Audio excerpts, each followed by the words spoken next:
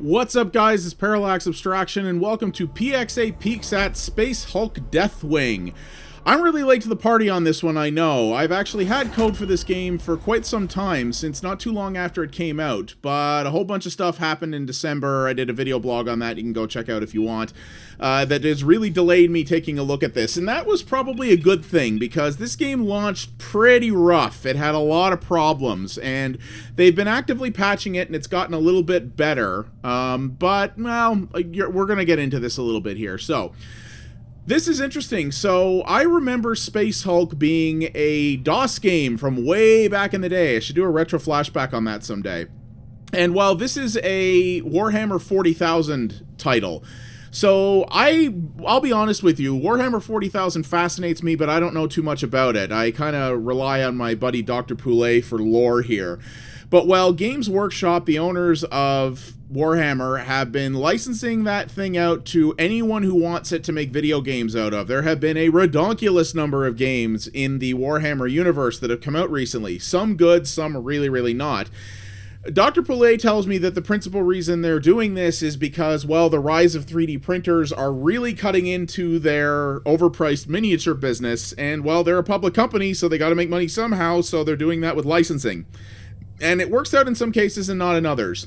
So this is sort of a spiritual successor to the original Space Hulk. It's a game involving, well, a lot of shooting and a lot of objectives and a lot of really sort of high British language talking about the glory of the Emperor and whatnot.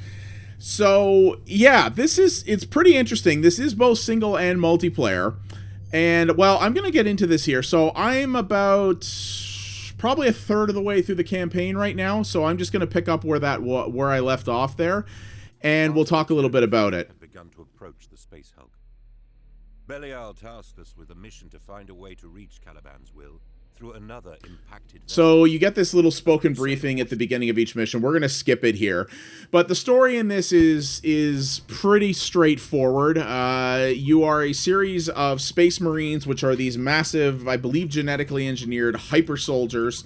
And you're going into a Space Hulk to, well, you're trying to find some important relics and uncover a weird mystery type thing, and you're going to fight a whole lot of gene stealers along the way, which are sort of the principal mass reproducing enemy in this. So, a Space Hulk, I actually had to look up what a Space Hulk was, but essentially what this is a Space Hulk is a series of massive spaceships, combat vessels, that for whatever reason or another either got trapped in the warp, which is kind of like an alternate dimension, and they end up getting sort of pulled around in the warp for millennia in some cases. Things in this universe are measured in very large numbers of years. And they end up getting fused together and becoming this sort of massive, they call it a Hulk. It's a wreck of a bunch of different ships that sort of have their own gravity and in some cases their own atmosphere, being pulled in and out of the warp. And they often get used by the enemy, and they're very, very dangerous to explore, and they're very gnarly places. And I won't go too much. The story is not all that interesting. It's an okay framework for what you're doing, but it's not terribly memorable. So you start off here in this area here, which I'm blanking on the name of, but we'll see it shortly. But in the single-player campaign, it's you and two squad mates that are controlled by the AI, and multiplayer can be up to 4 people. We'll talk about the differences between these two modes in a bit. So you get to come in here, and you get to equip your 3 different guys. So there are weapons that you basically unlock throughout the game by completing, not just completing your objectives, but by doing things like headshots or hacking doors and turrets and other things like what they call glory kills and things like that. You can actually unlock more stuff to equip your guys with. Some of the weapons that they have available are melee focused. Most of them are guns. I recommend giving your guys the guns. We'll talk about that later. And this is you, obviously. So you have the biggest selection available to you. So there's very different things. I'm probably going to try this Hellfire gun. The Heavy Flamer has been my weapon of choice the last couple of missions. It is a massive-ass flamethrower that does a crazy amount of damage and can fire for quite a while before needing to reload. Ammo is limitless. You just have to manage your reloads, but you're never going to run out of ammo in here. If you want melee stuff like the Thunder Hammer like this, which is pretty cool, or the Lightning Claw, things like that, I would highly recommend playing it with yourself, because your squad mates They're pretty dumb. But I unlocked this last mission, which is a Storm Bolter, which is kind of the regular gun, but with Hellfire ammunition. And as you can see here, you can look at the stats down there. The magazine size is a lot less, but it does do a fair bit more damage here. So I'm curious about this. And your secondary weapon is basically your melee attack, which you can use by pressing the Q button. I think this game has controller support. I'm not sure. I play first-person shooters with the keyboard and mouse. This is a PC game, though it is coming to consoles later. So, yeah, we'll take a look at that. And actually, yeah, I'll try that out, and then we'll get some other things later that you can see. You also have 3 different abilities. Now, these only exist in the single-player game. We'll talk about that later. So you have multiple different ones available that you will unlock as you go. Spontaneous combustion, Inferno. Psyker focuses their power to create an inferno that consumes his enemies. Actually, we're going to try that. And you can pick these 3 different things here to do this. This I actually don't find useful. This sort of kicks enemies back, but I don't find it's that great. So maybe we'll go with spontaneous combustion. And again, you can unlock these as you go, but these are only for you. Your other dudes don't have this. You're kind of the squad leader, so you have psi powers. So, alright, so we're going to deploy, and we're going to get rolling here. Now, you can return to this with almost like a town portal kind of thing, a certain number of times per level. So you can see there, it says, see in the bottom right there, where right near the map, it says Psi Gate. So that's what you can do. So we'll show you that. It is both awe-inspiring and disquieting to tread them after so long. Anxious, brother. It would be the first time. It is not. So you see here, we're talking over our secured canal. Yeah. This game was developed in Europe. It has the occasional little translation issue. So here we go. So as you go through each different mission, you're transported to either a different Space Hulk or a different part of it. And you're taking a look at this now. This is the map. And you're like, holy nads, this is a big-ass map. And yeah, the levels in this are fairly decently sized. They're not as big as you think. You can traverse what looks like this pretty massive area in a relatively small amount of time. So that's something you want to be cognizant of. And if you just want to mainline and complete your mission objectives, you're not going to see everything. Every level has a certain amount of what are called relics you can pick up, which are just sort of...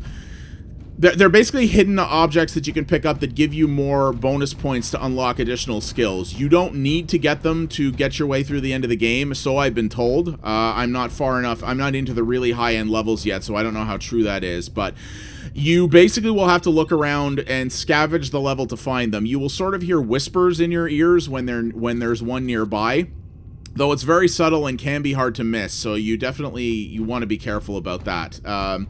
But it gives you an incentive to replay levels or really spend some serious time with them. So you'll come up to different doors here. So some of them can just be open, some of them are blocked. But if a door is blocked, ain't no problem for a Space Marine. Nah. So, oh, what's this? Okay, so yeah, this is the Hulk that we're on, which is the Caliban's Will, which is, we've actually spent the last couple of missions trying to find a path to get here. And, well, you're going to deal with a lot of enemies. So you see there on your map, it's flashing where it thinks enemies are. Any of those little white symbols on the map are places where Gene Stealers can come out of. They're usually vents or something of that description. So you want to be cognizant of that because you're going to have to fight, well, a whole lot of these things. And as you can see, this is an abandoned ship. The levels look... The environment art in this, I actually think, is pretty neat. The levels have a very grand sense of scale to them. This game is done in the Unreal Engine. Oh, here's some Gene Stealers here. Ooh. This is the first time I'm using this gun. And yeah, this thing... It fires really slowly, but, man, it will wreck some fools. And once we get into another decent crowd here, I'll use some of my psi abilities, and we'll show you what that's like. That's a new enemy type right there. I haven't seen that before. Oh, and here we go. I don't like the fact that it's sending out like a hive of flies or something.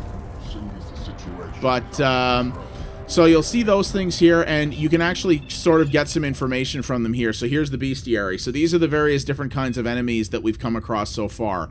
So you can get a little explanation of each one and sort of a little 3D perspective to see. And I like how it gives you this little size comparison. Like, you're a big friggin' guy, and it's like, here's you, and here's how big this guy is. You don't see too many of these, but these are rough to take out, to be sure. But I like how it does the little height comparison. I think that's kind of cool. So... Yeah, as I was saying, the levels in this, I like the environment art a lot. They convey a really nice sense of scale. This is in the Unreal 4 engine, so they're able to accomplish some pretty interesting stuff. And I really do like the level of detail on the environment, on the backgrounds. I think the texture work is pretty cool. This game is very dark, and it's very... Oh, here's one of those big guys we were talking about right here. So... let's use our psi powers here. So you're seeing there, I've got the lightning and the spontaneous combustion and the inferno are the things that I'm using. So you just press the button and you use them and they recharge over time. So two of these are, the fire-based ones in particular, are actually have very long recharges. I was not expecting that. Most of the ones I've used thus far have been fairly low on their recharge time. So I need to heal this guy really quick, so I'll show you a little bit about the command menu when things calm down a bit here. So there's kind of a lot to go over in this, because in the single-player campaign, you are managing a squad as well as yourself, and you have to look after that. It plays a little bit like some of the older games like Ghost Recon or things like that, where you're sort of, you have to fight your own battle, but you're also got to look after your other guys to a certain degree as well. They are capable of looking after themselves, but they're pretty dumb. And will generally follow your orders. So by pressing... Oh, no, hang on. We got this guy here. You did, son. Alright, so here's how it goes. So you press and hold the space bar, and you got a simple command wheel right here. So you can tell your guys, I want you to defend this spot, I want you to follow me, I want you to move where I'm pointing. So you can see there's those little columns of light. And for this one here, this tells the healer guy, which is the secondary one, to heal either me, him, or his buddy. He will not do that automatically, and he has a limited number of heals. So you see in the bottom left there, we have F1 and F2. So you can select both. You can either select each one individually to give orders to, or you can select your own. And why did I launch a psi gate? Crap, I hit the wrong button. Okay, well, I'll show you that. So there you go. So I didn't mean to do that. That actually was a big mistake. So you can use a psi gate, which is essentially the equivalent of like a Diablo Town portal. It takes you back here, heals your guys up. If either of your comrades fall in battle, it will revive them and allows you to re-equip should you so choose. You only get a certain number of those per level. It's usually 3, and you earn more of those by getting more skill points by completing, as I said, objectives like glory kills and hacking doorways and things like that. So I used one of them by accident, and that was kind of a waste. But yes, by using the F keys here, you can select one guy, the other guy, or both. And your healer comrade only has a certain number of heals that he can perform. So you want to be cognizant of that. They do recharge when you go back to a psi gate, but again, you don't want to use that if you don't have to. So you'll frequently find doors here that you can just open, or ones like this that are blocked. Some of them you can't open with a block and you have to smash through them. Some of them you can hack, which you just walk up to it, you hit the use button, and there we go, and now it's open. Now you want to... That laser thing was new. I hadn't seen that before. So what you often want to do as well is to keep enemies from pursuing you. You want to actually keep... What are they doing down there? I don't even know. They're like doing the Charleston or something there. Oh, well, they're dead now. So what you want to do is you often want to keep the doors closed behind you, because smaller enemies can't get through them. Now, bigger enemies can open doors, but you can also do this.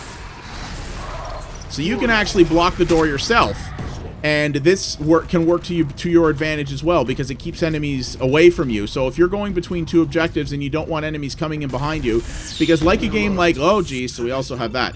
So like other games like Left 4 Dead, for example, the game will regularly spawn in waves of enemies all around you to keep you busy, and you can either funnel them out. Oh geez, hi bro, don't help me out or nothing here, guys. So the game will frequently spawn in enemies from all sides, so you want to keep, generally, if you can, you want to keep the path closed to keep them away from you and to keep them from overwhelming you. So you're actually incentivized to do that, and I believe hacks count towards earning you more skill points as well, which is something you want to really keep an eye on. So there's incentives to do that for sure. And well, as you saw there from what happened there with my other dudes, your squad is okay at looking out for itself, but it's also pretty dumb. Sometimes enemies will be right up in their grill stabbing them and they won't attack them, or they'll focus on something else. Sometimes if you're getting attacked, they won't assist you properly. And the AI is pretty dumb, and it doesn't prioritize things in the smartest way. So unfortunately, you will be babysitting these guys a little bit. Obviously, you don't want the AIs to be... Oh, we got more guys coming in here. Obviously, you don't want these guys to be too smart because they'll suck all the fun out of everything.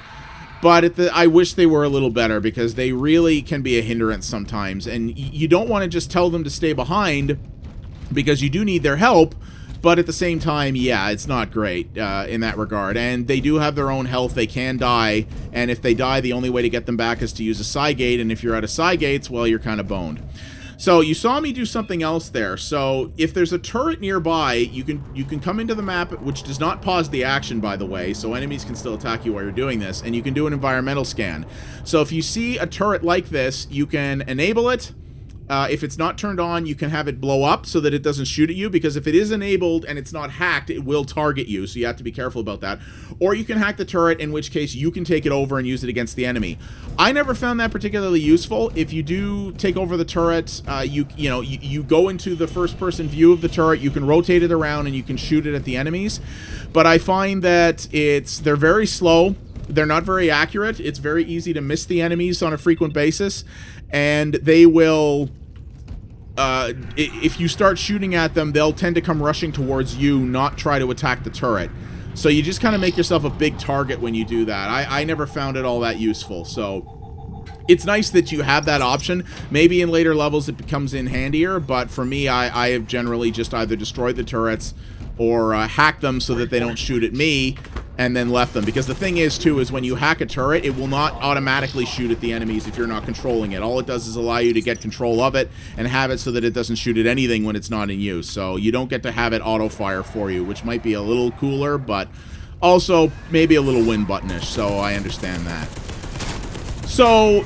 yeah, getting back to the aesthetic a little bit, obviously this game is very gray, very brown, and very dark, but this is one of those cases where it actually is appropriate. You know, the Warhammer universe is a dark one, to put it mildly, both, you know, tonally and visually in many cases. You know, these ships, they're very utilitarian. They are designed to, you know, they are designed for war and nothing else. And, I mean, the game is called Warhammer, right? I mean, duh. So that's something that it makes sense that they look very gray and very brown and very medieval. Like, this ship has freaking torches on it. Like, what? It's a spaceship, but it has torches on it. But at the same time, you'll go into other ships. Like, this is the Caliban's Will, which is very much like a... I don't want to call it a royalty ship, but it's very much a sort of higher-end, Civ Fancy kind of ship. Whereas other ones that I've been on before are much more like... what the hell was that? Ow. Well, I got badly hurt there, so we're going to tell this dude to come heal me. Thank you, sir. So, but other ships I've been on have been much more like utilitarian spaceships kind of thing, you know, with big, gnarly plasma reactors, and they look very rough and mechanical and stuff like that, and they're very neat. Maybe I'll see if I can switch out and show you guys one later. I'm not sure if you can go back to previous missions in the campaign or not, but we'll see about that. So we're just going towards an objective here, but I really do like the overall environmental look of this. Unfortunately, the production values in this are really all over the place. So the environmental audio, or the environmental look is good, but some of the animations are not too great. The animations on your characters, you know, on the Space Marines are not necessarily incredible. The let's rock this fool. Okay, so the top guy is hurting again, so we're gonna get him dealt with before he gets hurt. Oh, the bestiary updated again, too. Why are you not healing him? Also, yeah, like many games with AI squad mates, sometimes you got to tell them to do something 2 or 3 times before they actually do it. I've also had the squad mates just kind of run off on me, and, you know, even though they're being told to follow me, I'm trying to fight enemies, and then I look on the map, and they're, like, 3 rooms behind me for no apparent reason. And it takes them a while, and I'm like, yo, dingbats, get over here. So, you got to manage that stuff. So, yeah, the environments look good. The animations on some of the creatures and on your guys is not necessarily fantastic. There can be issues with frame rate. This game is running at 1080p right now with everything maxed out, and it's running quite well. However, I have had situations where in large firefight the frame rate can take a significant dip, and I'm on a 1080. So this game doesn't look bad, but it does not look AAA. It looks more of a it doesn't look like an indie game, but it does look a little bit more B tier. And yeah, on a 1080, this should never dip below 60. So there have been problems with that. But the biggest gripe I have with this in terms of production value is the audio. You know, these are very large, very foreboding ships. But as you can see here, like here, let's stop for a second. Like, there's almost no ambient audio. Like, you'll hear some creaky things, and so, oh god, turret. Okay, hang on. I'm gonna see if I can hack that out. So here we're just hacking it. See, hacking in this, there's no kind of hacking mini game or anything like this. Okay, see, this is why you want to close doors behind you. So we're gonna close this door, and I'm gonna hack this so these guys stay the hell out my face. There we go. So that turret I didn't actually successfully hack. So this is all hacking is. It's you hit a button and you wait for a meter to fill up. There's no hacking mini game or anything like that. So here we go. So I took this turret over and this is what it looks like. There's a dude right there. Oh, he dead now. It's not usually that easy. And usually if there's a swarm around here, you won't tend to last too long doing this. But that turret is no longer a threat. So off we go. Yeah, the audio production in this is just not very good. It's all over the place. There's almost no music. There's a music volume slider, but there's very little music that you'll ever hear in this. You get the occasional creak and groan of, you know, the distressed metal and whatnot of these ships, but it's not very lengthy. Things like you may have seen there when I accidentally called that Cygate at the beginning, there's no sound effect for that. You know, the banter of your guys just sounds robotic and bland and boring. Like, it sounds like it didn't really need voice acting at all. There's the UI in this, especially the font treatment and things like that, like this up here and the font treatment like that. Like, this stuff looks like the UI of, like, something from the early 2000s that you would have seen on, like, the original Xbox or something like that. It doesn't look like modern UI design at all. And it's...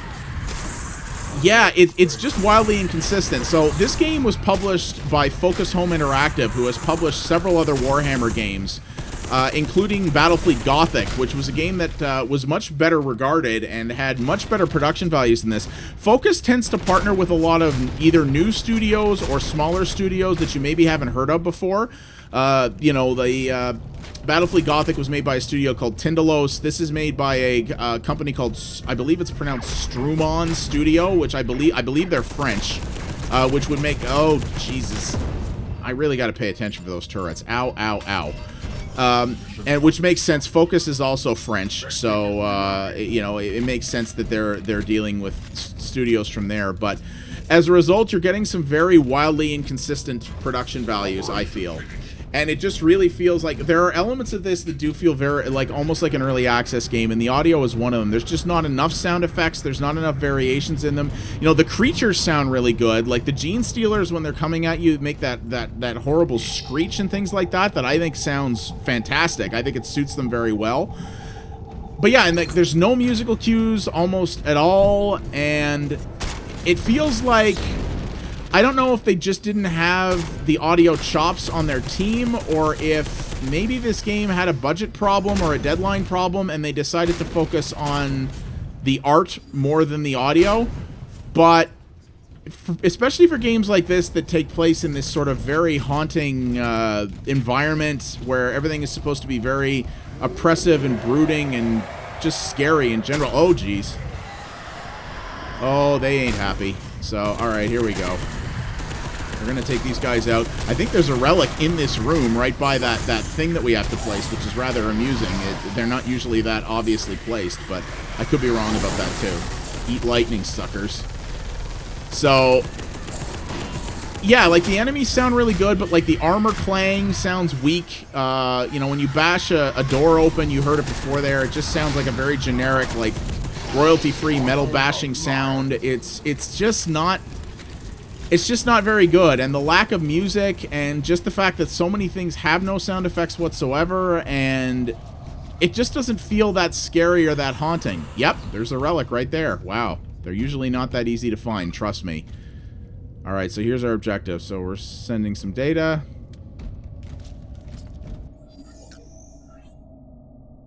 So this is this part of the mission, but you don't get rewarded. You don't get rewarded everything until the whole section is completed. So we just received a new equipment for your incoming mission. It's available at the bridgehead. So if I choose to go back through the Cygate, we can equip this if we want. Decreasing weapon fire rate. You know what? We may go back and try that. So The chamber we are seeking does not appear on the schematic. The only conclusion we can draw is that the chamber was but, like, look at this deliberately environment, right? omitted. Like, look at that. A hidden gene seed vault, most likely. If that is true, we must locate it and recover the gene seed. Like, that's the thing, right? This place looks incredibly haunting and oppressive and just metal as all hell. It looks great, and yet the sound doesn't match up. Oh yeah, so here's the psychic attack thing. You have these little flashbacks in the campaign. Here, you're under a psychic attack by some kind of major enemy, which will probably turn out to be the final boss. Sometimes you just get a flashback like that. Sometimes you have some... sometimes you actually have control over the experience, and they're like dream sequences. You'll also find little logs like this as well. Caliban's will log. So here you go. There's some things there you can read. It's just unfortunate because the visuals in this, I think, look really, really great, and the audio just doesn't hold up its end of the bargain. It just doesn't seem like it's it's just not as compelling, and that's a real shame because it really detracts from the overall quality of the experience when the sound just feels so bland and uninteresting compared to the environment that you're looking in. And Warhammer games often have some incredibly grandiose music and things like that, and there basically is no music in this for all intents and purposes, and that's a real shame. There are other technical issues as well. They have improved a lot, but I have experienced some crashes with this. I've had problems with objectives not triggering. There was a mission where I had to restart an entire level because I was given a particular objective, and every time I got to it, it just refused to acknowledge that I'd gotten where I needed to go. That was really frustrating. A number of people in the forums have reported problems with relics not spawning in, so they'll follow the sound effect to where, and it will lead them to where a relic is supposed to be, and it's just not there. That's ridiculous.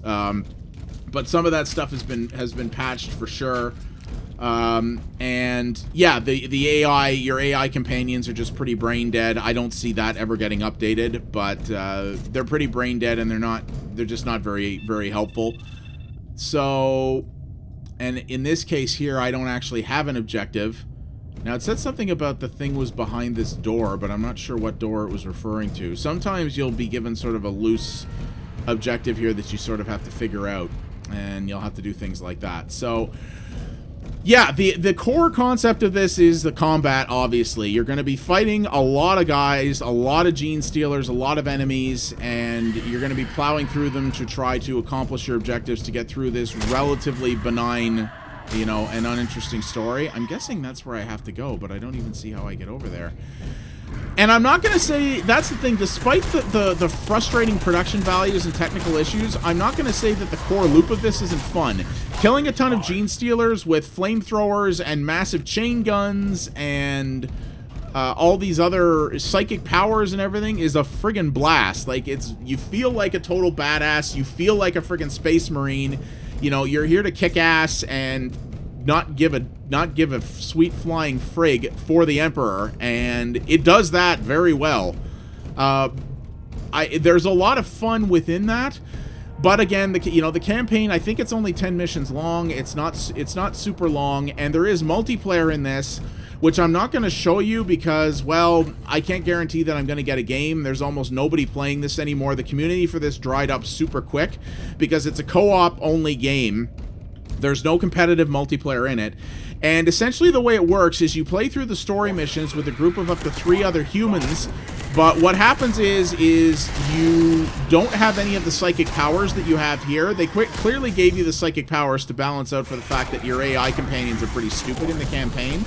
But what happened? Oh yeah, your weapon jams occasionally too and has to recover itself. Just so it doesn't happen a lot, but it happens usually at the most inconvenient times. So go away.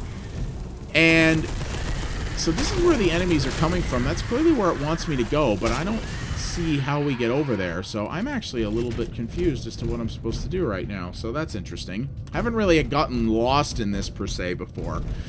And yeah, the levels, while they appear big, are not as big as you think. I mean, you can traverse through this level pretty fast overall. It definitely isn't as big as you think, but each mission, each chapter takes place on a different Space Hulk. So there is a lot of variety in this. You know, you'll be doing several submissions within one Hulk, but then you move to another one. And there is a lot that happens. And a lot of variety in that regard, which I do like quite a bit. Can I actually break this? I don't know if I can. Doesn't actually look like it. Oh, that's interesting. So, this is like some friggin' Warhammer data center looking thing in here. So, yeah, there's a lot of variety, and the way multiplayer works, the progression is that you level up in multiplayer. You level up in this as well. When you complete a chapter, you'll actually be given favor points that you can spend on upgrades for your psychic powers, or to give you general things like more health, more weapon damage, things like that. In multiplayer, you unlock additional equipment and things for your characters, and you have different classes. So here, for example, you know, I have one guy with me who's the healer, right? You can be the healer in multiplayer if you want. So you level up each different class and unlock different weapons and armor and things like that for those individual classes. And so it plays a little bit differently that way. But if you want to level everything up, you're going to be playing through the same levels a lot. Oh, here we go. He reiterated what we needed. So I'm guessing that popped an objective notifier. Either that or what it's expecting me to do is probably what it is this is probably a little bit different than some of the other levels. Maybe what it wants me to do is just explore this Hulk until we find the chamber that was in that vision. So this is probably less of all the missions up to this point, it's just pointed me towards something, but here it probably just wants you to wander around until you find what you're looking for, which is neat. And that certainly ups the challenge, given that you only have, you know, limited resources and limited numbers of times you can go back to the bridgehead. So I kind of like that. And the missions will, you know, most of the objectives you get are variants on the combat theme. Some of them will be get to a point and hold it. Some of them will just be fight your way to a certain thing that you have to use. It's all pretty rote, you know. You've seen those kind of objectives before. It's all about fighting through tons of enemies, and that, you know, that's cool. That's what the core of this is, and it does the core combat very well. I have no complaints with that. Yeah, the problem with the multiplayer is that it's just extremely thin. Once you've gone through all the missions, well, you've seen everything. And sure, you can keep playing them over and over again and keep, you know, earning more stuff and leveling up and getting more unlocks, but it's all in service of playing the same missions again and again and again. There's no competitive aspect to take anything to. There's no variance on the missions. You know, the objectives don't randomly change or cycle or anything along those lines. Oh, God, there's a lot of dudes in here. The missions don't cycle or change. You know, the levels are not randomly generated. It's just playing the same thing over and over again with better stuff, and that's just not interesting to me. Let's try to take this thing out. Ow, ow, ow, ow. Yeah, the turrets are pretty nasty, and it's really annoying that the turrets will seek onto you when they're controlled by the computer, but when you take them over, they just become dumb as rocks. All right, there we go. We took them out. So it's limited in that regard, and it really feels, between the sound design and the sort of lacking content and multiplayer in that, it kind of does feel like this is a game that either didn't get finished, had to be pushed out early, or just, it frankly feels like a game that should be in early access. I'll be honest with you. This doesn't feel... and especially with the technical issues it had at launch and still has sometimes, like multiplayer as well, I've been having a lot of problems with disconnects and things like that. That could be the people I'm playing with, because since there are so few servers in the game, you know, maybe I'm getting connected to people with terrible pings. I don't know. You can't check people's pings in the game, so I really have no idea what's going on with that. You can host a game if you want and wait for people to show up, or if you have friends, you can password protect your game, which is the majority of the ones that are out there now. There is sort of a more hardcore mode as well called Codex rules you can enable, but that like completely disables the progression. It makes things harder, but it completely disables the progression and leveling up and anything else like that. So it just says, hey, play this with none of the fun loot loop that this game offers. Which I don't know why you'd want to do that. Needless to say, there are no, like, I've never found a Codex rules game. And And I believe there are multiple difficulties in the multiplayer as well, so you can up that if you want, but you're just playing the campaign over and over again. You know, if you look at this, you're probably going to see something. You might make a comparison of this to, say, something like Left 4 Dead. And that would not be an unfair comparison. You know, you're fighting through waves of enemies to try to get to objectives. The difference in Left 4 Dead is that a lot of elements of each campaign were randomly generated, which made replaying it over and over again feel like a different experience. Plus, Left 4 Dead had a competitive mode, so if you wrung every last drop you could out of the single player, there was a totally separate competitive mode you could play against other people that was, you know, an asynchronous sort of multiplayer thing. This has none of that. There's no competitive elements to this at all. This whole thing is doing the campaign, just either doing it with AI and psi powers or with humans, with more humans with no psi powers and leveling mechanics. That's kind of it.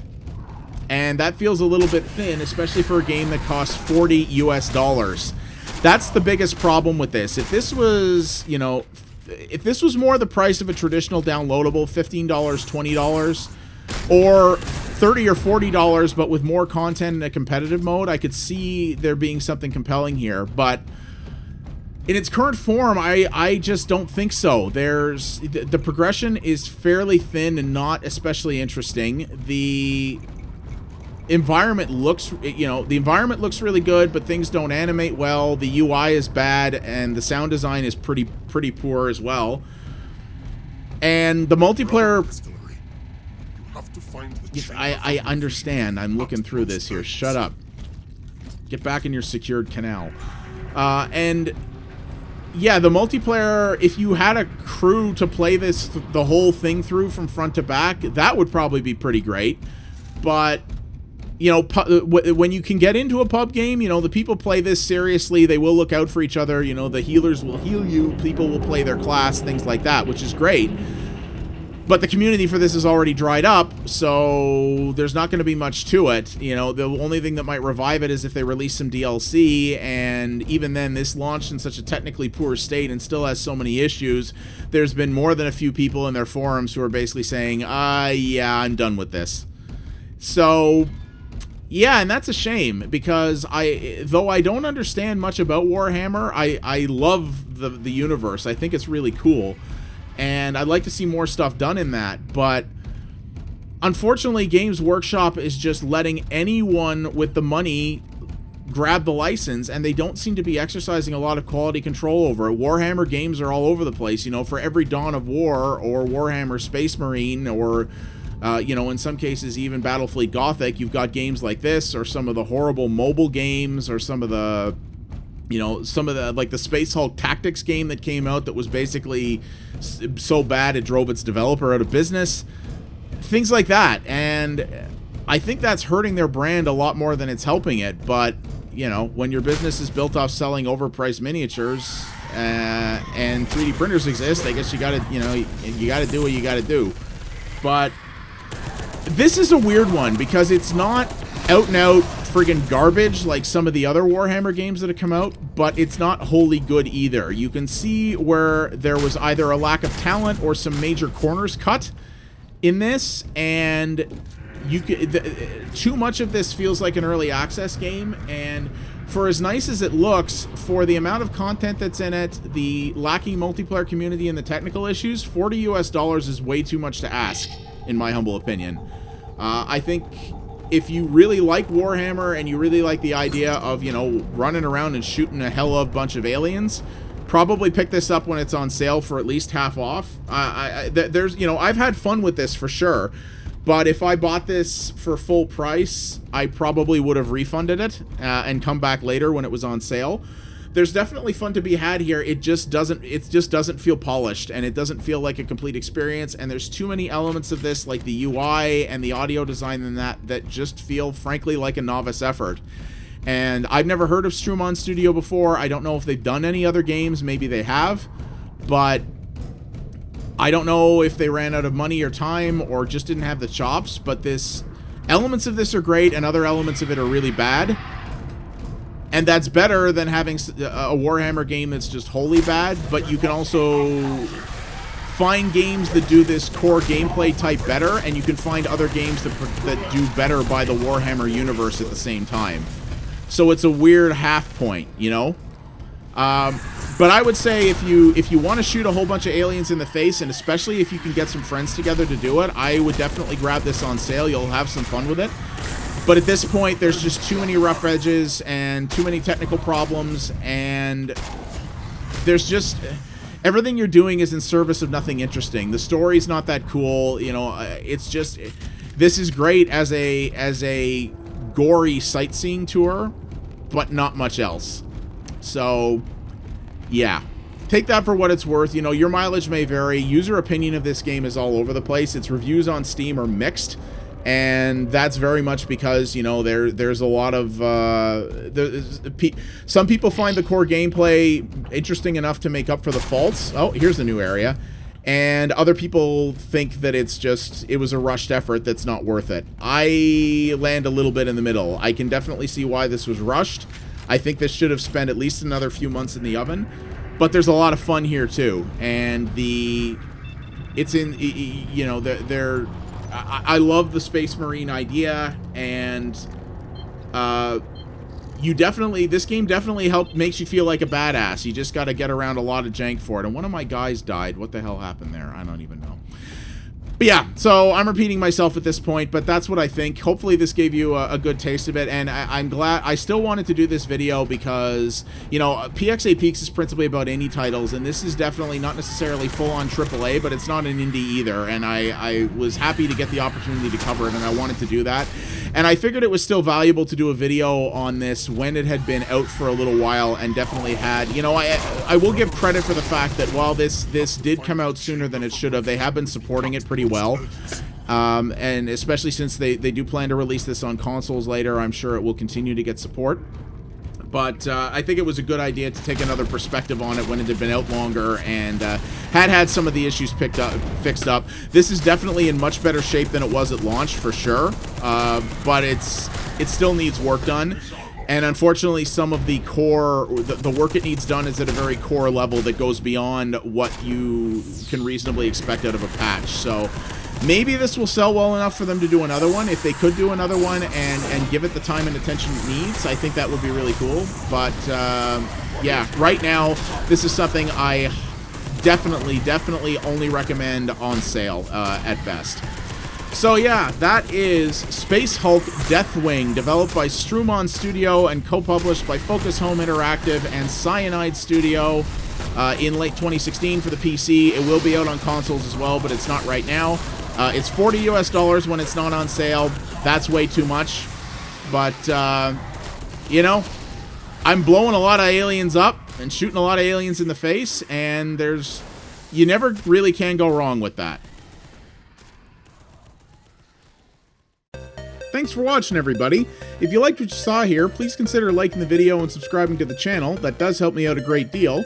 If you want to watch something else, check out the videos on screen now, and don't forget to follow @PXA Media on Twitter to find out about new stuff first.